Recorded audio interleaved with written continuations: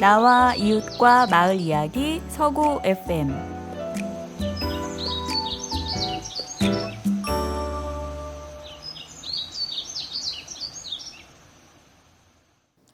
이번 너처럼 살았다 그렇게 줄여서 너살그 5번째 방송입니다.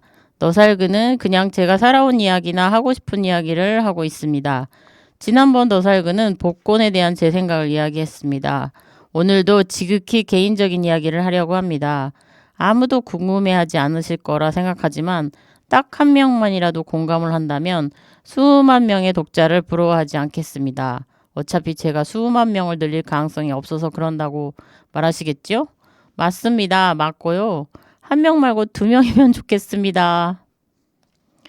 50대 후반이 되어 환갑의 나이에 가까워지니 늙음에 대해서 이야기를 해보려고 합니다.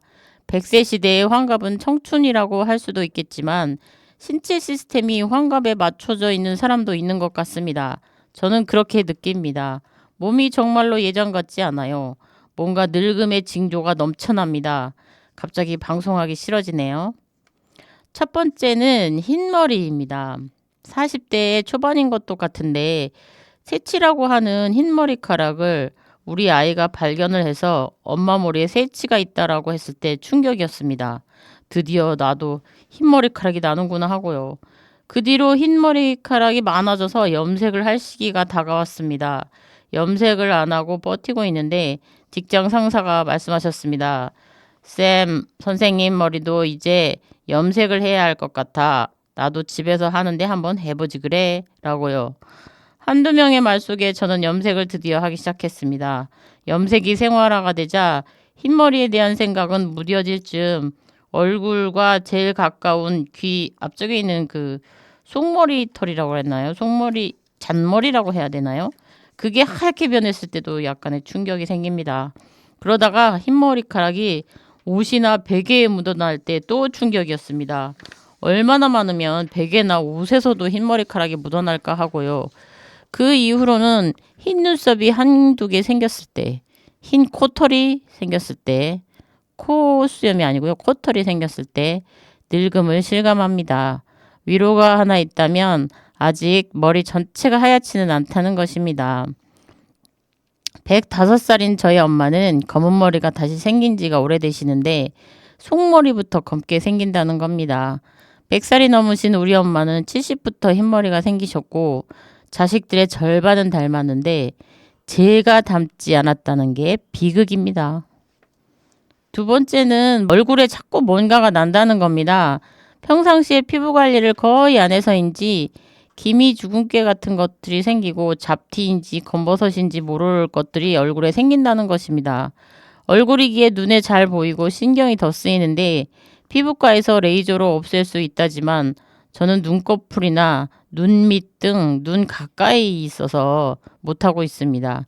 40대 초반에는 눈에 눈곱이 낀 것 같은 게 뭉쳐 있어서 안과에 갔더니 노화라고 시력에 지장이 없다고 하더군요.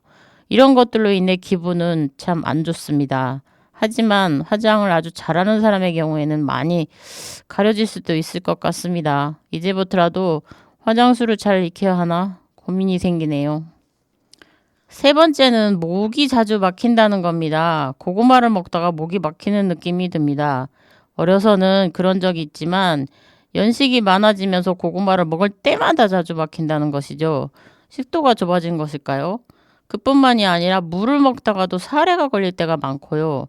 물이 기도로 넘어가서인지 사례가 종종 걸리지요. 음식을 먹다가도 흘려서 종종 옷에 떨어뜨린다는 것입니다. 긍정적인 측면은 아직 입맛은 살아 있습니다. 맛있는 음식을 살찌는 걱정만 하지 않으면 많이 먹고 싶다는 겁니다.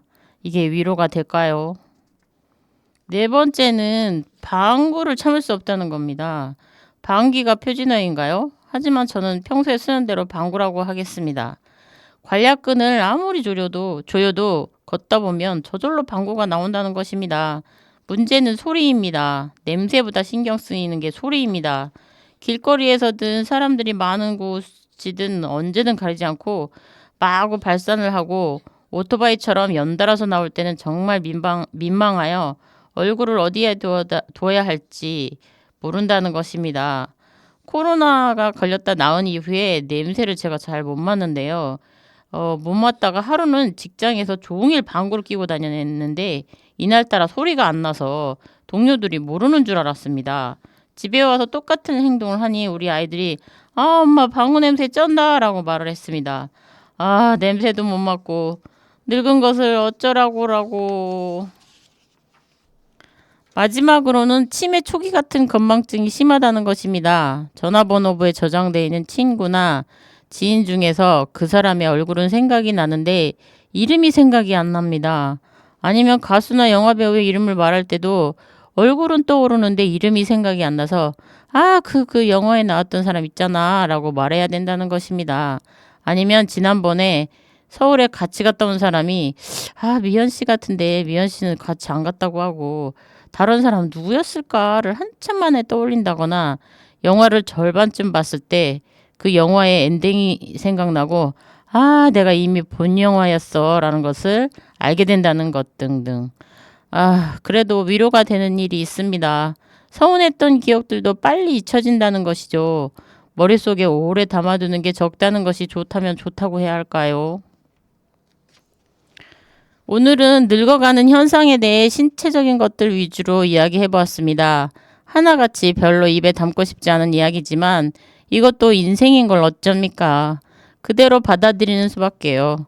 미국에서 실험을 했는데 한 집단은 노인 실험자를 모아놓고 수도원을 찾아내서 59년도로 꾸며놓고 59년도처럼 살라고 하고 자기소개서도 59년도에 자신의 나이를 소개하라고 했답니다.